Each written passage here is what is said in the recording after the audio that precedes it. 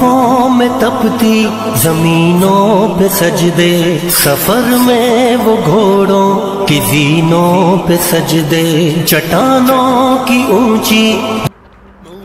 آگے پھر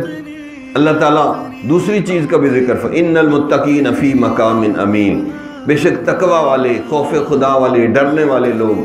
امن کی جگہ میں ہوں گے، فی جنات باغوں میں ہوں گے، وعیون اور چشموں میں ہوں گے، یلبسون من سندس باریک ریشم کا لباس پہنیں گے، واستبرق اور موٹے ریشم کا لباس پہنیں گے، متقابلین ایک دوسرے کے سامنے تختوں پہ بیٹھے ہوں گے، کذالک ایسا ہی ہوگا، یقینی بات ہے،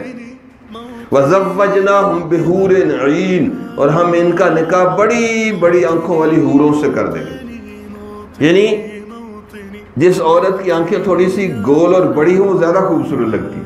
تو اللہ نے حوروں میں حور عین کو خاص اس کی صفت بیان کی ہے کہ اس کی چہرہ ذرا گول اور آنکھیں بڑی خوبصورت ہوں گی، ان سے نکاح کریں گے تقوی والے لوگوں کا۔ یدعون فیہا بکل فاکہۃ آمنین، اس جنت میں انہیں ہر قسم کے میوے امن و اطمینان سے ملیں گے، لا یذوقون فیہا الموت الا الموتۃ الاولی، اور انہیں جنت میں کوئی موت نہیں آئے گی سوائے اس موت کے جو پہلے آ چکی، یعنی وہاں اللہ موت کو بھی ذبح کر دے گا اور اشارہ ہوگا کہ اب کوئی موت نہیں ہے،